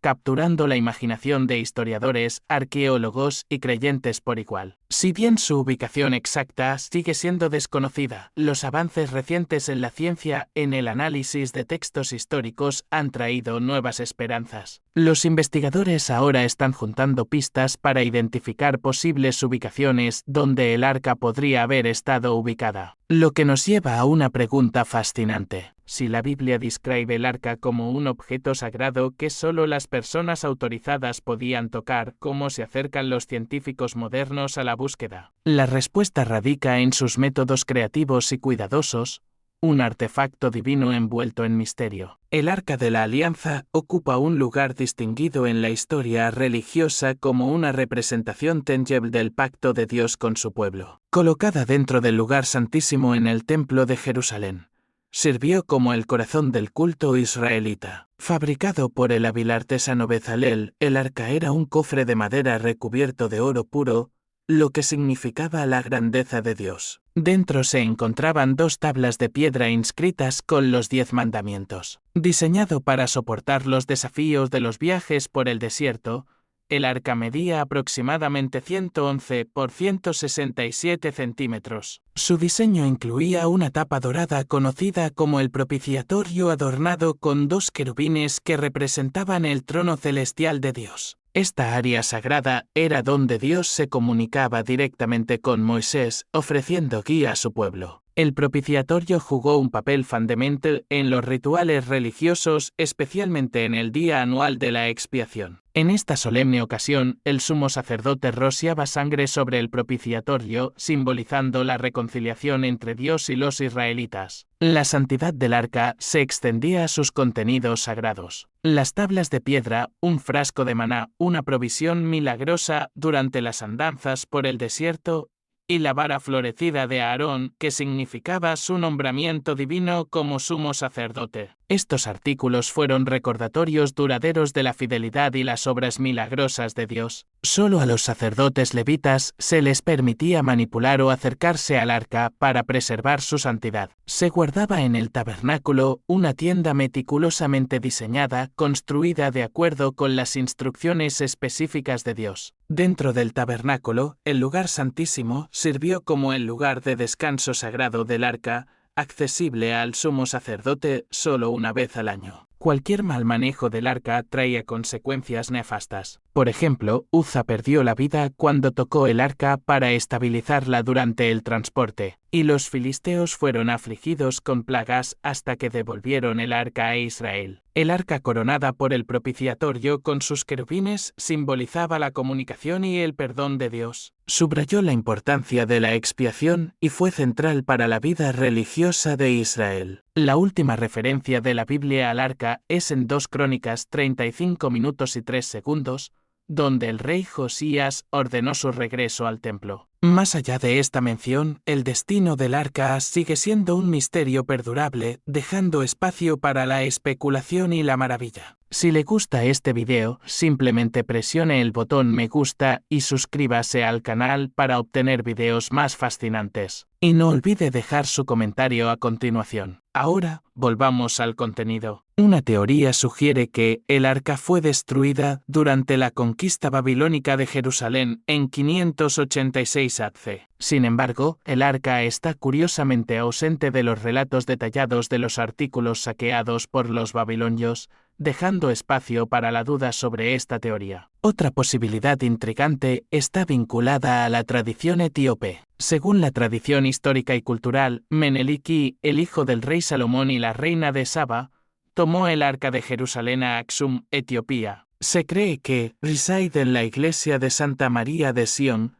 custodiada por una línea de sacerdotes dedicados. El Kebra Nagast, un antiguo texto etíope, relata el viaje de Menelik y afirma que el arca ha permanecido en Etiopía desde entonces. Esta conexión etíope se apoya además en prácticas culturales como la exhibición de réplicas del arca durante el Festival de Tinkat y los lazos históricos de la región con comunidades judías, como Beit Israel. Si bien estas historias añaden capas de intriga, la falta de evidencia arqueológica definitiva mantiene el verdadero destino del arca envuelto en misterio. Ya sea oculto, perdido o salvaguardado en un templo antiguo, el Arca de la Alianza continúa fascinando. Su historia entrelaza fe, historia y leyenda, invitándonos a explorar el misterio perdurable de uno de los artefactos más sagrados de la historia humana. Se cree que el arca está salvaguardada por un linaje de sacerdotes dentro de una iglesia en Etiopía, manteniendo su santidad y significado. Esta conexión entre Etiopía y el arca se ve reforzada por las tradiciones locales. Por ejemplo, durante Tinkat, un importante festival cristiano ortodoxo etíope, las réplicas del arca se exhiben de manera destacada. La presencia histórica de comunidades judías como Beit Israel también insinúa un vínculo profundamente arraigado entre el arca y la región. Además, varios gobernantes etíopes afirman descender del rey Salomón y la reina de Saba,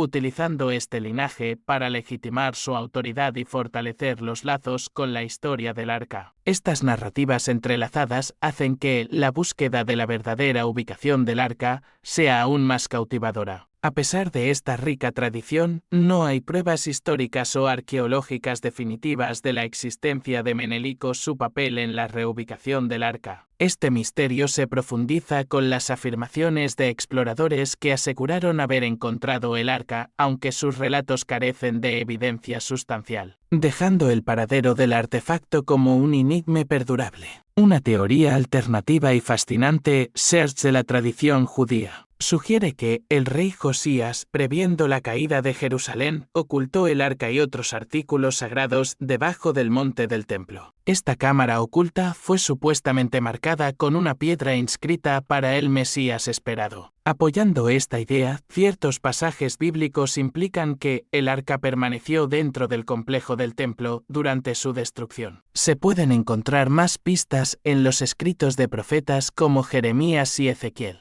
que describen la gloria de Dios partiendo del templo antes de su caída, aludiendo potencialmente a la remoción u ocultamiento del arca. La evidencia de la arqueología y los registros históricos sugiere que las cámaras y túneles ocultos se encuentran debajo del monte del templo. Los esfuerzos para explorar estas áreas a menudo han provocado controversias significativas. Por ejemplo, en 1981, un grupo intentó destruir la cúpula de la roca, alegando que habían localizado un túnel que conducía al Arca de la Alianza. De manera similar, en 1996, la apertura de una antigua puerta de cueva incitó disturbios cuando surgieron sospechas de que Israel tenía la intención de acceder al arca o dañar las estructuras musulmanas de arriba. Si bien la noción de que el arca está oculta debajo del monte del templo es intrigante, muchos eruditos siguen siendo escépticos, afirmando que la teoría se basa más en la especulación y el folclore que en evidencia concreta o referencias claras en textos sagrados. Para complicar las cosas, existen numerosas otras teorías con respecto al destino del arca. Incluso si se descubriera hoy, su profunda importancia religiosa y política podría encender tensiones entre judíos, cristianos y musulmanes, todos los cuales veneran los lugares sagrados de Jerusalén. Tanto el judaísmo como el cristianismo han continuado durante siglos sin la presencia física del arca, pero su desentierro podría conducir potencialmente a conflictos sin precedentes. Mientras tanto, algunos investigadores están explorando pistas en los rollos del Mar Muerto, particularmente el rollo de cobre,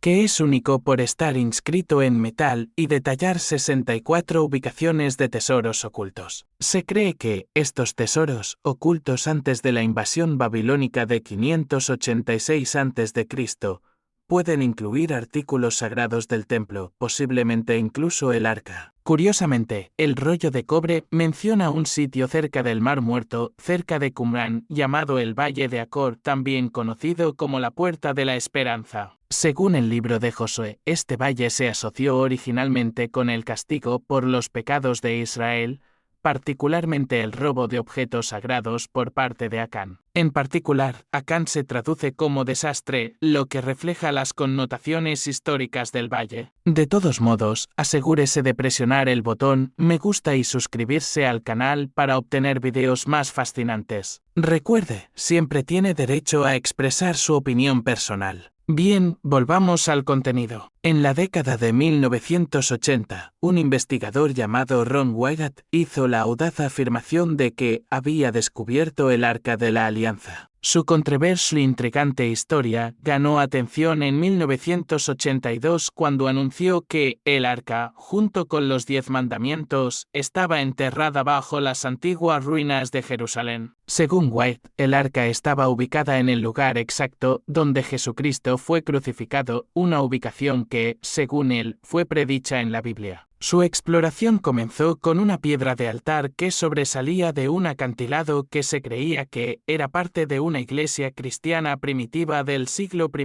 d.C. Wyatt identificó la piedra como un marcador crítico que apuntaba a la importancia del sitio. Wyatt afirmó además haber descubierto 4 agujeros en la piedra que creía que fueron utilizados por los romanos para asegurar cruces de madera durante las crucifixiones, incluida la de Jesús. Se dijo que uno de los agujeros, posicionado un poco más alto que los demás, marcaba el lugar donde un ladrón fue crucificado junto a Jesús. El centro de la afirmación de Wyatt era una piedra tallada cuadrada que describió como un tapón que sellaba uno de los puntos de crucifixión. Al retirar esta piedra, reveló una grieta en la roca debajo de ella que vinculó a los relatos bíblicos de rocas que se partieron en el momento de la muerte de Cristo. Explorando más profundamente en un sistema de cuevas antiguas, Wyatt afirmó haber localizado el Arca de la Alianza. Durante una entrevista en 1999, relató un detalle inusual: una sustancia oscura seca en una grieta sobre el arca. Wyatt sugirió que esta sustancia estaba relacionada con el centurión romano que perforó el costado de Jesús con una lanza, teorizando que la sangre y el agua de la crucifixión fluyeron a través de la grieta y sobre el propiciatorio del arca. Wyatt teorizó que cuando el costado de Jesús fue perforado por una lanza, la sangre y el agua que fluyeron podrían haber goteado sobre el propiciatorio del arca. Trazó un paralelo con Moisés, quien usó sangre y agua para simbolizar el pacto entre Dios y los israelitas durante la presentación de los 10 mandamientos. Wyatt afirmó poseer evidencia fotográfica de sus descubrimientos, pero declaró que la intervención divina le había impedido publicarlos. También relató haber encontrado seres angelicales durante una visita posterior, sugiriendo que la humanidad aún no estaba lista para presenciar estas revelaciones. Aunque Wyatt intentó sustanciar sus afirmaciones a través de fotografías y videos, las supuestas barreras divinas a su publicación arrojaron dudas sobre sus hallazgos. Los eruditos, incluidos los expertos bíblicos e incluso los líderes dentro de su iglesia,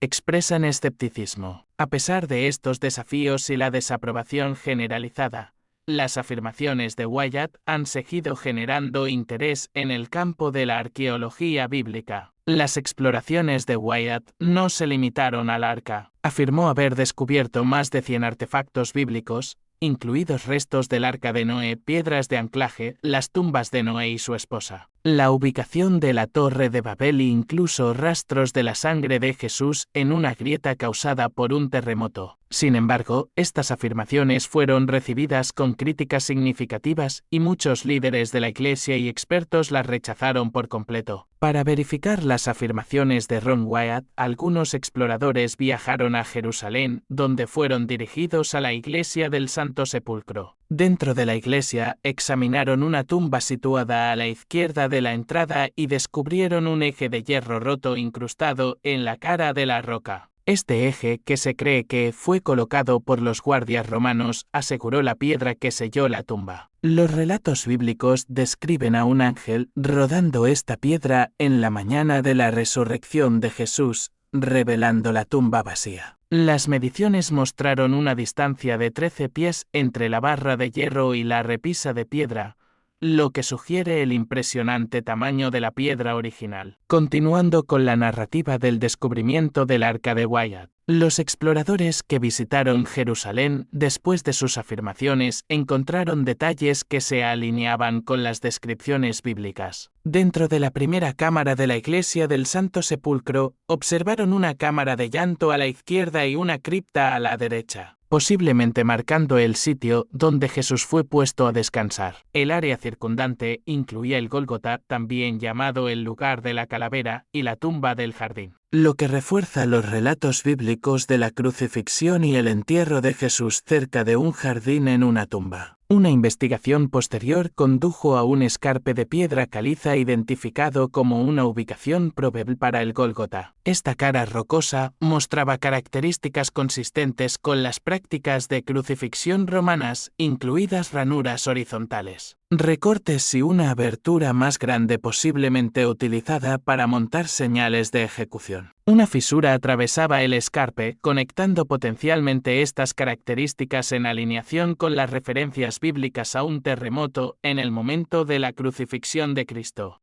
En cuanto a la afirmación de Wyatt de haber encontrado el Arca de la Alianza, la ausencia de evidencia fotográfica ha sido un punto importante de contención. Sin embargo, Wyatt, conocido por trabajos arqueológicos anteriores, sostuvo que había descubierto el arca en la gruta de Jeremías, basándose principalmente en su testimonio personal. Relató un encuentro casual en Jerusalén que desvió su atención hacia la posible ubicación del arca. Curiosamente, Wyatt fue originalmente a Jerusalén con la intención de explorar en busca de piezas de carros, pero se sintió inexplicablemente atraído por la ciudad con otro propósito. Este cambio de enfoque, que Wyatt atribuyó a un pasaje en 2 Reyes 25 que describe la única pared de Jerusalén, lo llevó a creer que el arca podría estar oculta cerca. Actuando sobre esta intuición, comenzó las excavaciones cerca de una pared de acantilado, identificando finalmente recortes donde la inscripción Jesús de Nazaret,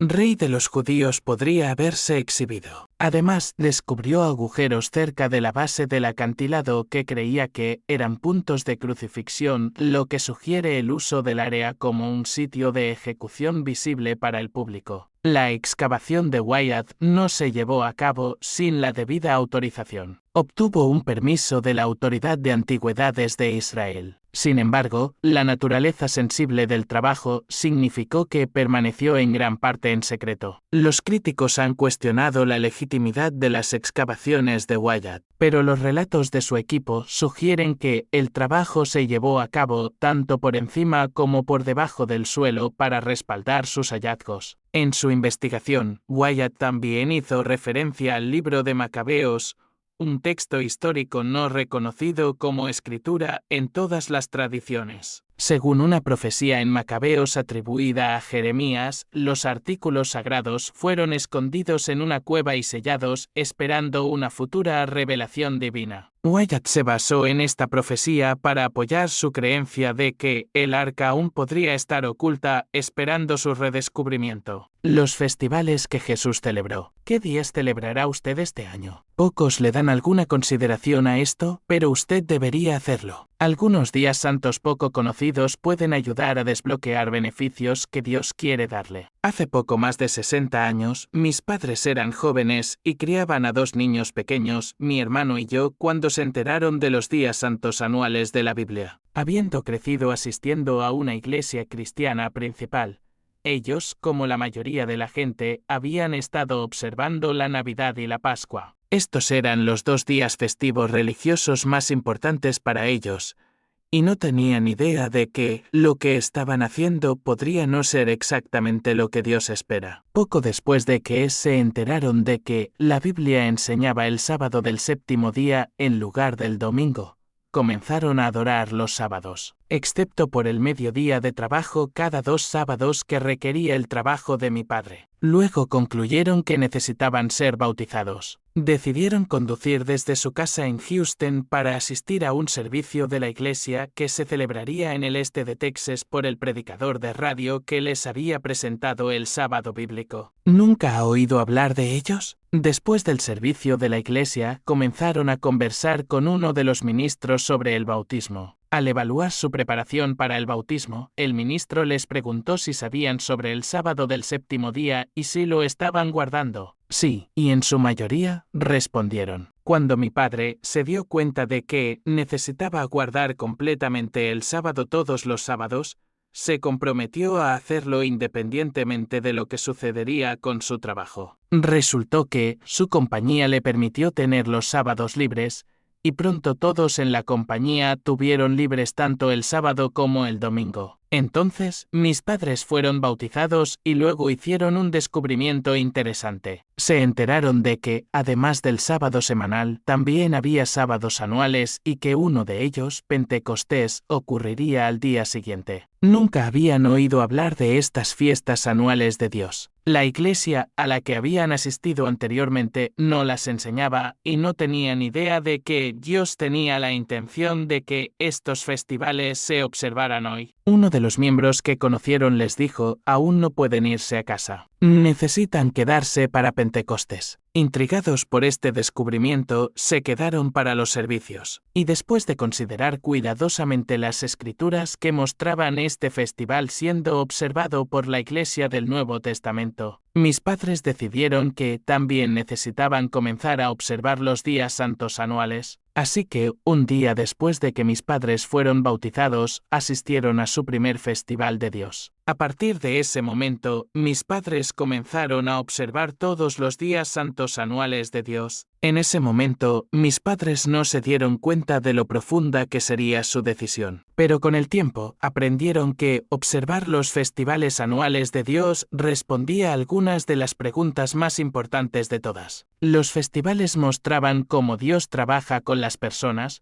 sus expectativas de ellas y sus planes para aquellos que obedecen sus mandamientos. Cuando mis padres comenzaron a observar los días santos anuales de Dios en lugar de Navidad y Pascua, nos dijeron que experimentaron una relación mucho más profunda con Dios y llegaron a una comprensión más completa del propósito de sus vidas. Mi hermano y yo y nuestra hermana, que nació unos años más tarde, fuimos igualmente bendecidos debido a la decisión de nuestros padres. Nosotros también aprendimos de la belleza y la riqueza de los días santos anuales de Dios. Habiendo experimentado esta bendición, ninguno de nosotros volverá a observar la Navidad y la Pascua. ¿Está listo para una actualización de días santos? El comienzo de un nuevo año es un momento en que las personas a menudo hacen un balance de sus vidas y toman resoluciones para mejorar su salud, su gestión del dinero, su disfrute de la vida y sus relaciones con la familia y los amigos. Estas son buenas resoluciones para tomar. Las personas perdieron de vista una hermosa serie de días santos diseñados por Dios para recordarnos cada año su plan para ofrecer la salvación a cada uno de nosotros y a toda la humanidad. Pero, ¿qué pasa con su salud espiritual? ¿Está listo para mejorar su relación con Dios en el próximo año? ¿Está listo para profundizar su comprensión de su plan para usted y otros observando los festivales que Él manda? ¿Importa? Tal vez se esté preguntando por qué decimos que la Navidad y la Pascua nos enseñan en la Biblia. Y si tenemos razón, cómo encontraron su camino en el cristianismo principal, y aún más, tal vez se pregunte si realmente importa qué días observa. Aquí están los hechos básicos. Cuando se trata de celebraciones religiosas, la mayoría de las personas que afirman ser cristianas hoy en día no observan los días que Jesús observó. En cambio, han aceptado la decisión de los líderes de la Iglesia hace mucho tiempo de abandonar los días de adoración que Jesús y los cristianos del primer siglo observaron a favor de celebraciones paganas como la Navidad y la Pascua, que fueron rebautizadas con significado cristiano siglos después de la muerte de Cristo. Los historiadores nos dicen que los líderes de la Iglesia tomaron estas decisiones para separar el cristianismo del judaísmo y facilitar que los paganos se convirtieran al cristianismo. Si bien este razonamiento obviamente parecía válido para quienes tomaron estas decisiones, el resultado fue catastrófico. Abandonar los días santos bíblicos dados por Dios despojó al cristianismo principal de la fe que ha sido una vez dada a los santos.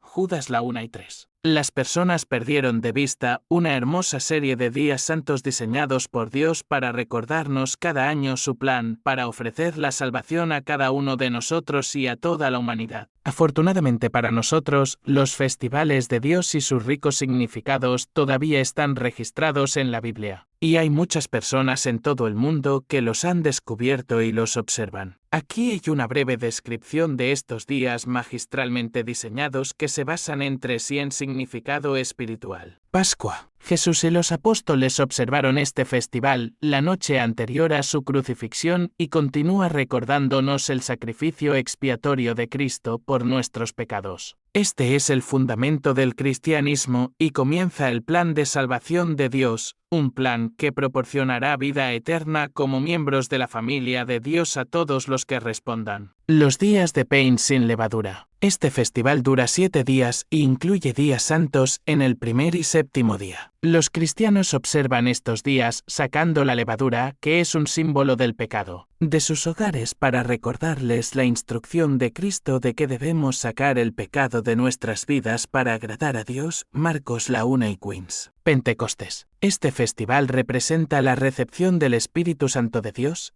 que se da a las personas cuando se arrepienten de sus pecados y son bautizadas. El Espíritu Santo nos da poder para obedecer las leyes buenas y beneficiosas de Dios, y es a través del Espíritu Santo que podemos recibir el regalo de la vida eterna. La fiesta de las trompetas. Este festival es el punto de pivote en el plan de salvación de Dios. Este día santo representa el regreso de Cristo a la tierra, la resurrección y transformación de los creyentes fieles en espíritu y Cristo tomando por la fuerza el control de las naciones para establecer el el reino de Dios aquí en la tierra. El día de la expiación. Este día se observa ayunando, absteniéndose de comer o beber para humillarnos y acercarnos a Dios, y representa la atadura de Satanás por 1000 años. Con Satanás atado, será más fácil para las personas que han sobrevivido a los caóticos eventos que conducen al regreso de Cristo comprender y elegir el modo de vida de Dios. La fiesta de los tabernáculos. Este festival de 7 días representa el reinado milenial de Cristo en la tierra. El primer día es un día santo, a medida que los efectos del reinado de Cristo se desarrollen en todo el mundo. A todas las personas se les dará la oportunidad de responder al llamado de Dios y disfrutar de paz y prosperidad universales. El octavo día.